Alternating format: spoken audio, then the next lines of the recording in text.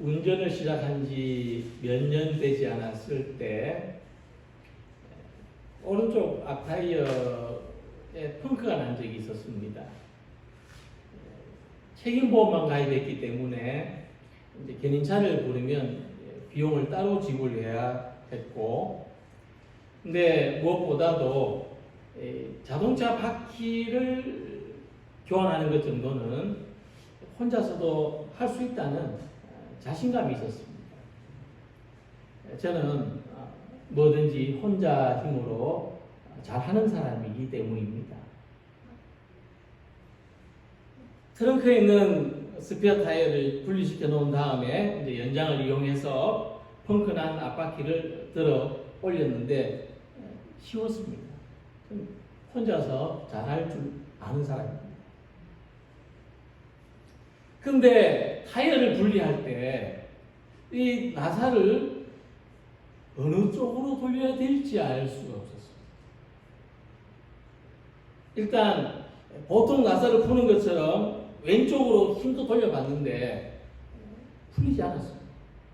그래서 번쩍 생각이 나기를 자동차 바퀴도 선풍기 날개를 고정하는 것처럼 반대 방향으로 쪼여져 있다고 생각을 했어요. 왜냐하면 달릴 때 풀리지 않아요. 그래서 푸는 방향은 오른쪽이구나. 역시 나는 혼자서도 잘해. 생각을 하고 팔힘을 썼는데 역시 오른쪽으로 잘 안 풀렸습니다. 그러면 팔힘이 약하니까 발힘이 있잖아. 그래서 렌치를 걸어놓고 차 문을 잡은 다음에 두 발로 확 내려 밟았죠. 타이어를 고정하던 나사가 부러져 버렸습니다. 결국 견인차를 불렀어요. 훨씬 더 많은 시간과 비용이 들었습니다. 알고 보니까 승용차나 승합차는 똑같이 나사를 왼쪽으로 돌려야 풀리고 오른쪽으로 돌려야 잠기는 구조였는데 한 방향으로 무리하게 힘을 줬더니만 부러져 버린 거예요. 우리가 내가 할 수 있다. 나는 혼자서도 잘하지. 이런 마음으로 내 방식으로 잘못된 방법으로 문제를 해결하려다가 어려움을 만났을 때 누구에게 도움을 받아야 되겠습니까? 우리는 흔히 이런 일들을 경험합니다. 그래서 1절에 내가 산을 향하여 눈을 들리라. 나의 도움이 어디서 올까? 라고 말씀합니다. 위기가 찾아왔을 때 사람들은 누가 도움이 될까 하고 눈을 들어 사방을 둘러보다가 자기 앞에 든든하게 서 있는 산을 바라보게 된다는 겁니다. 특히 시편의 저자가 살던 이 시대의 산은 신적인 능력이 있는 곳이라고 여겼고, 우상을 섬기는 사람들은 산에 산당을 차려놓고 바알신에게 제사를 드렸습니다.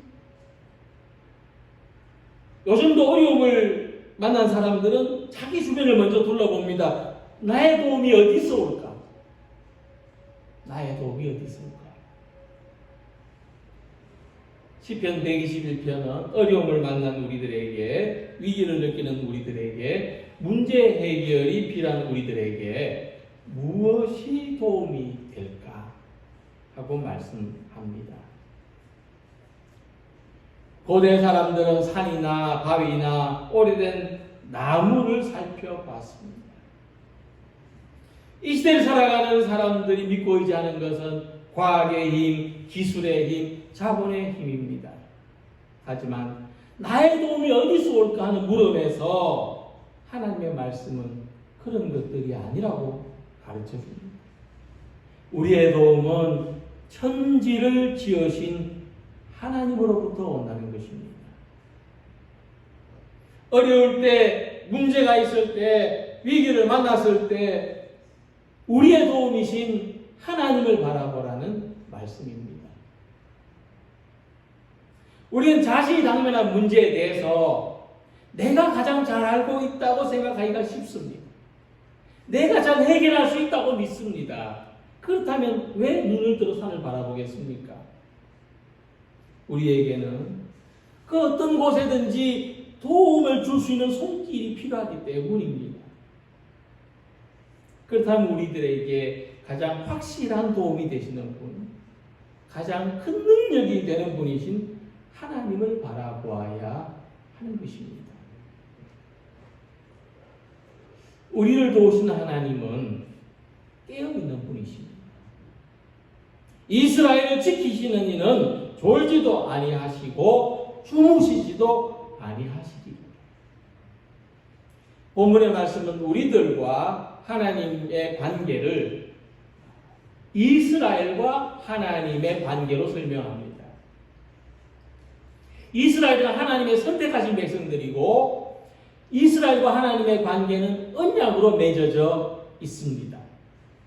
그 언약은 말씀으로 맺었는데 아브라함의 때로부터 이삭과 야곱의 때까지는 말씀으로 언약을 맺었고, 그리고 모세와 이스라엘의 12지파 시대에 와서는 율법으로 언약을 맺었습니다. 그리고 지금 이 시대는 예수님을 통해서 믿음으로 언약을 맺으십니다. 우리도 많은 언약을 맺으며 삽니다. 말로 하는 언약도 있지만 문서로 하는 계약도 있습니다. 근데 무엇으로 하든지 말로 하든지 글로 하든지 언약은 양쪽 모두가 무효라고 선언하기 전까지는 유효합니다. 한번 언약을 맺으면 양쪽이 합의해서 이건 무효다, 파기하기 전까지는 유효합니다. 어느 한쪽이 이건 무효다 해도 소용이 없습니다. 이미 언약을 맺었기 때문에. 그래서 언약은 어느 한쪽이 그것을 지키려고 강한 의지를 가지고 있으면 절대로 깨지지 않습니다. 하지만 이스라엘 백성들은 하나님과의 언약에 신실하지 못했던 사람들입니다. 하나님이 그들과 언약을 맺으실 때는 기쁘게 받아들였지만, 근데 그들에게는 그 언약을 지켜나갈 수 있는 믿음과 의지가 부족했습니다. 그들이 하나님과 약속을 잊어버리거나 의심하거나 깨뜨려버린 것은 한두 번이 아니었습니다. 그럼에도 불구하고 하나님은 이스라엘과 맺은 언약에 신실하시고 사실상 약속을 지키는 그 하나님의 굳은 의지에 의해서 이스라엘과 하나님 사이의 언약이 지켜져 온 것입니다. 무효가 되지 않은 것입니다. 그러므로 이스라엘을 지키시는 분, 하나님은 졸지도 않고 주무시지도 않는다는 것은 우리들이 하나님과의 언약을 잊어버리고 깊은 잠에 빠져 있을지라도 하나님은 결코 그 언약을 잊어버리지 않으신다는 것을 말합니다. 하나님은 우리가 맺으신 구원의 약속을 잊지 않고 지켜가시고, 우리의 구원은 내 힘으로 지켜가는 것이 아니라 하나님의 의지에 의해서 지켜져 가는 것입니다. 그래서 우리가 하나님과 어떤 약속을 맺었는가 하는 것도 중요하지만 그 언약을 맺은 하나님과의 관계가 더 중요한 것이죠. 하나님은 우리들과의 관계를 무엇보다 중요하게 여기십니다. 그래서 우리가 하나님을 잊어버릴지라도 하나님은 결코 우리들을 잊어버리지 않으십니다. 우리를 소중하게 여기시기 때문입니다.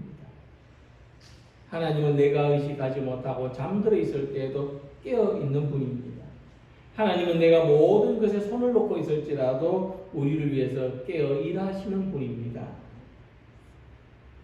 하나님은 이스라엘을, 우리들을 지키시기 위해서, 그 언약을 이루시기 위해서 밤잠 없이 깨어 계시는 것입니다. 이사야 43장 1절에서 말씀했습니다. 야곱아, 너를 창조하신 여호와께서 지금 말씀하시느니라. 이스라엘아, 너를 지으신 이가 말씀하시느니라. 너는 두려워하지 말라. 내가 너를 구속하였고 내가 너를 사랑하여 불렀나니, 내가 너를 지명하여 불렀나니 너는 내 것이라. 하나님은 우리를 향해서 너는 내 것이라 말씀합니다. 하지만 우리는 하나님을 의식하지 못하고 위기와 불안을 느끼는 순간 눈을 돌려서 나의 도움이 될 만한 것들을 살펴봅니다.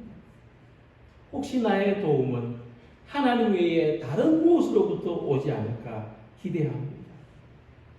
그러나 우리가 다른 것을 바라볼지라도 하나님은 항상 우리들을 지켜보십니다. 졸지도 않고 주무시지도 않으면서 항상 깨어서 살펴보시는 것입니다. 지금 이 순간도 하나님의 깨어 계심, 우리를 지키고 보호해 주시겠다는 그 약속을 신실하게 지켜가고 계시는 것을 의식하는 우리 모두가 되시기를 소망합니다.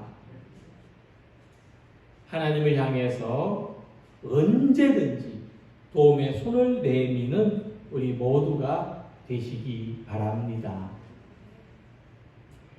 만약 파수꾼이 깨어있지 않다면 그가 지키고 있는 도시는 안전할 수 없을 것입니다. 그래서 하나님이 깨어 계신 것은 그분이 잠이 없어서가 아니라 우리를 지키시기 위해서입니다. 여호와는 너를 지키시는 이시라. 여호와께서 내 오른쪽에서 내 그늘이 되시나니.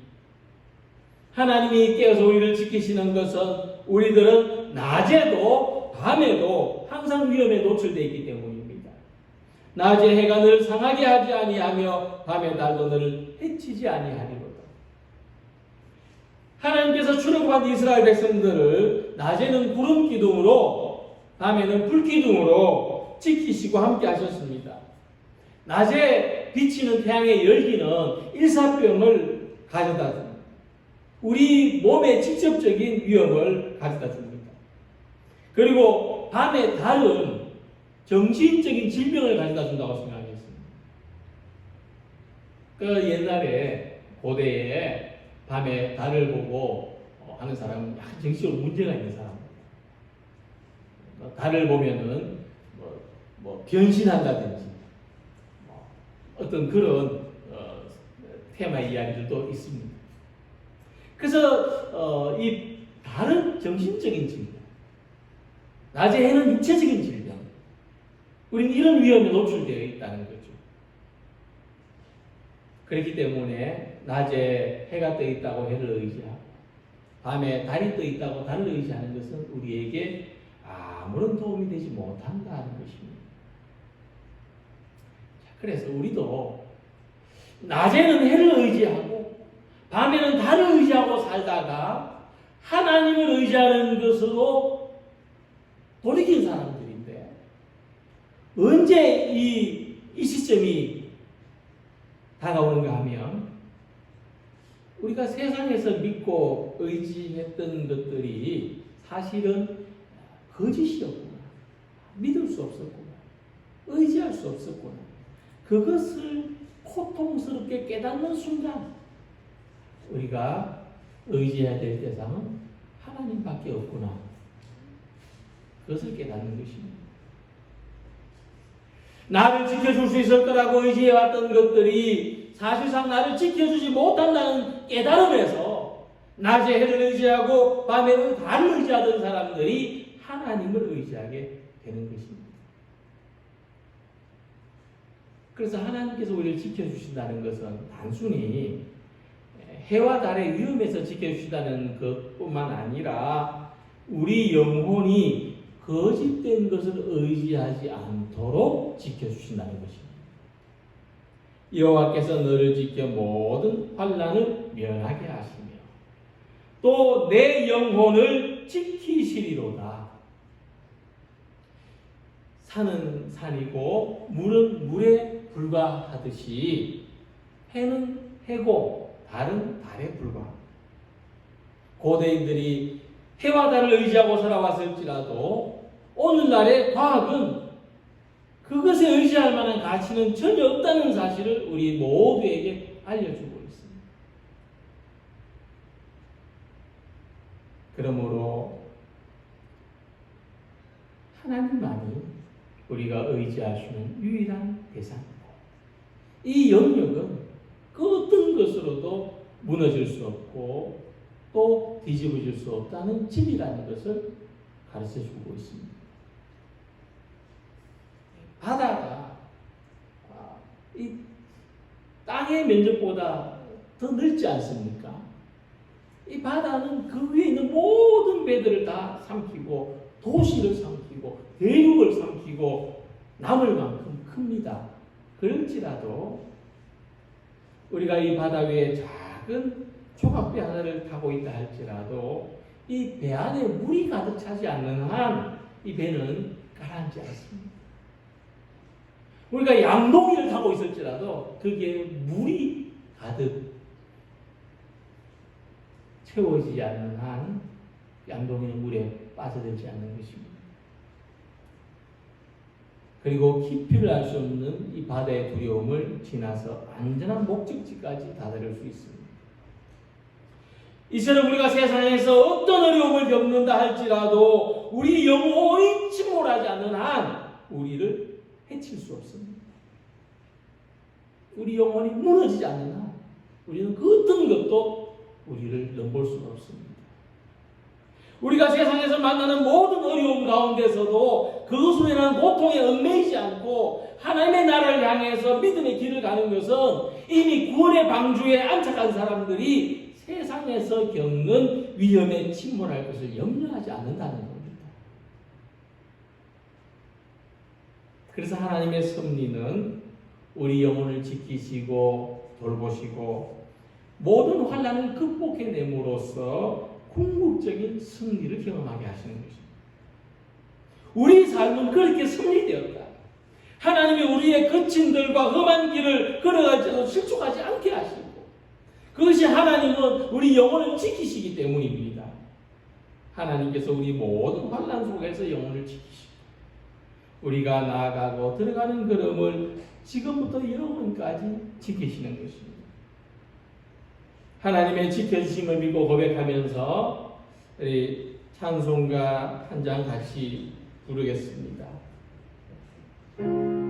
내 평생에 가는 길 순탄하여 너 찬란한 강 같은지 큰 바로 무섭고 어렵든지 나의 영혼은 늘 변하다 내 영혼 평안해 내 영혼 내 영혼 평안해 저마귀는 우리를 삼키려고 이 멀리고 달려와도 주 예수는 우리의 대장되니 끝내 싸워서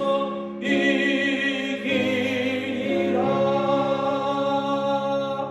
내 영혼 평안해 내 영혼 내 영혼 평안해 내 지은 죄 주홍빛 같더라도 주 예수께 다 아뢰면 그 십자가 비로소 다시 쓰사 있는 보다도 정하리라 내 영혼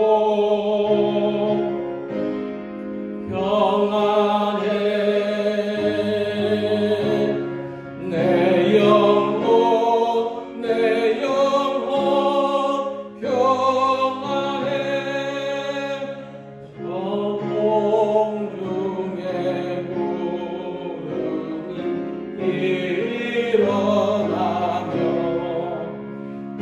나팔이 울릴 때에 주 오셔서 세상을 심판해도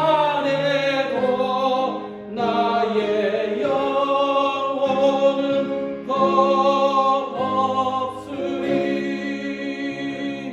내 영혼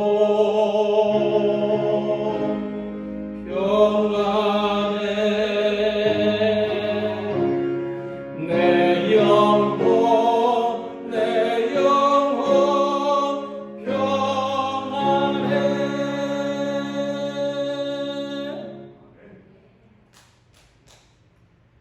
하나님 안에서 보호받는 영혼은 복이 있습니다. 우리 앞에 아무리 큰 물결이 일어날지라도 영혼을 지키시는 하나님을 바라볼 때 우리는 침몰하지 않습니다. 그리고 마침내 목적지에 다다를 수 있다는 소망을 가지고 살아가는 성도님들이 되시기를 바랍니다. 이 성전에 올라가는 노래 시편 121편은 여호와께서 너의 출입을 지금부터 영원까지 지키시리로다 하는 말씀으로 끝을 맺습니다. 하나님은 우리 인생의 가장 좋은 동반자이십니다. 하나님은 우리 인생에 처음부터 끝까지 지켜주시고 우리 인생을 처음부터 끝까지 동일하게 지켜주시는 존재는 하나님 말고는 없습니다. 오직 하나님만이 그렇게 하실 수 있습니다. 그래서 예수님을 믿는 사람과 믿지 않는 사람의 차이는 같은 고난, 같은 환난을 당한다 할지라도 하나님의 사랑이 변치 않는다는 것을 믿는가 믿지 못하는가의 차이입니다. 하나님 우리를 지키시고 보호하시는데 우리가 비록 마스크를 쓰고 다니지만 걸어 다니며 숨을 쉴 때마다 우리가 하나님의 보호 아래 있고 하나님과 동행하는 것을 알 수 있습니다. 하나님은 우리가 떠나올 때나 돌아올 때 처음부터 끝까지 동행하며 지키시기 때문입니다. 중세 수도자 타울러라는 아주 역사의 교회사에서 아주 유명한 분이 있습니다. 그가 겪은 이야기입니다. 어느 날 혼자 강변을 걷고 있었는데 독일입니다. 그다음 노인 한 사람을 만났습니다. 그 노인에게 우리가 흔히 하는 인사처럼 요즘 살기가 어떠신지 물었습니다. 아마도 노인 연세가 꽤 된 것 같습니다. 그래서 노인이 이렇게 말했습니다. 예, 나는 항상 기쁩니다. 내게는 안 좋은 날이 하나도 없습니다. 나쁜 날은 하나도 없고 모든 날이 좋습니다. 타울러는 의심이 생겼어요. 정말 이 노인이 진짜로 하는 말인가 가짜로 하는 말인가, 진심인가 인사치인가. 그래서 다시 이렇게 바꾸어 물었습니다. 만약 하나님께서 당신을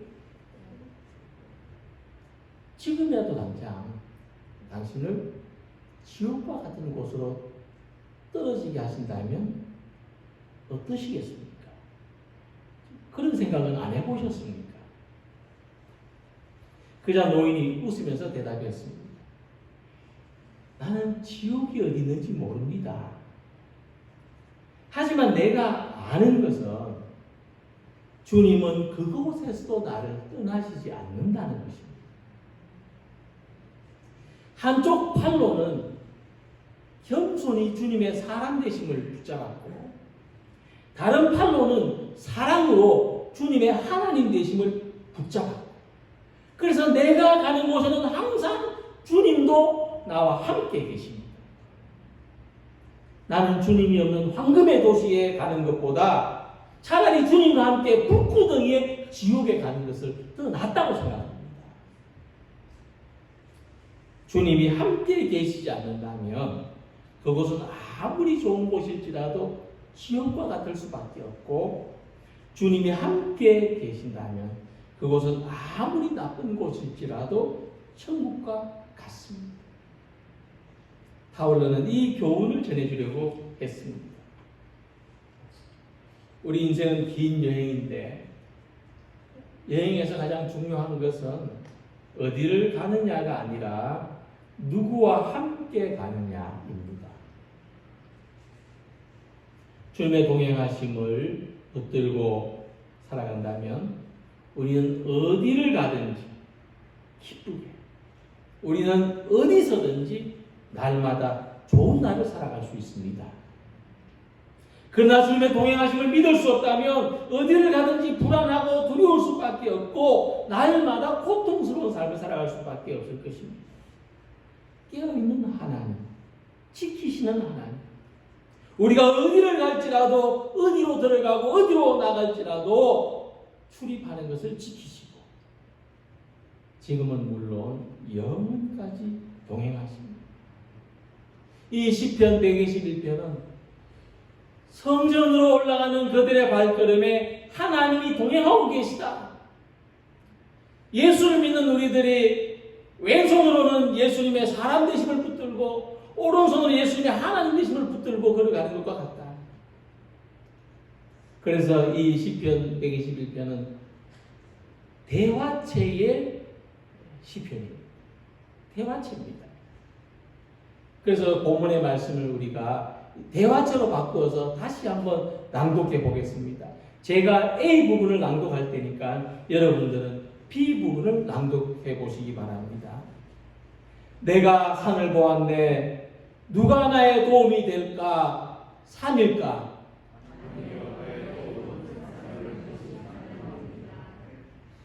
긴 순례의 길을 가는 중에 길이 없는 곳에서 쓰러지면 누가 나를 알아줄까? 사막 한가운데 모래알갱이와 같은 나를 누가 알아봐 줄까?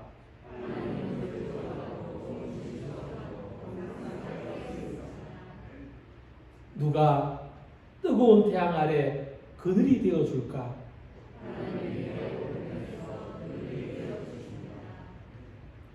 누가 상한 몸과 정신적인 고통으로부터 벗어나게 해줄까?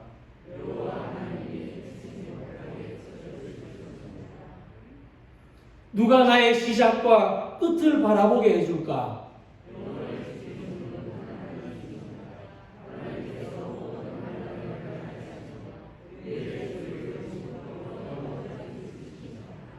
아멘. 성전을 향해 가면서 순례길을 가면서 두 사람이 이 노래를 주거니 받거니 하면서 걸어간다는 것을 생각해 볼 때 그들의 발걸음에는 얼마나 힘이 있겠습니까? 그들의 마음에 얼마나 기쁨과 희망이 가득하겠습니까? 우리도 혼자 성전을 향하여 걸어 나올 때 또는 운전해 올 때 우리 속에서 이와 같은 주고받음의 찬양이, 기도가, 확신이, 감사가 가득가득 채워지기를 소망합니다. 하나님 나라의 순례자의 길을 가는 것은 이미 완성된 삶을 사는 것입니다. 이미 마음에 천국을 두고 사는 사람은 땅에서의 위험을 이겨낼 수 있습니다. 하나님은 우리를 지키십니다. 깨어서 보호하십니다. 인생의 험난한 길을 함께 걷고 계십니다. 이 믿음 안에서 오늘도 기쁜 날, 좋은 날로 살아가시기를 주님의 이름으로 기원합니다. 기도드리겠습니다.